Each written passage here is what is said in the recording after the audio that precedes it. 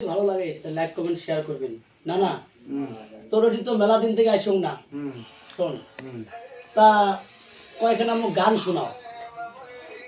আচ্ছা ঠিকই আছে, গান শোনাও, চটকা গান শোনাবো।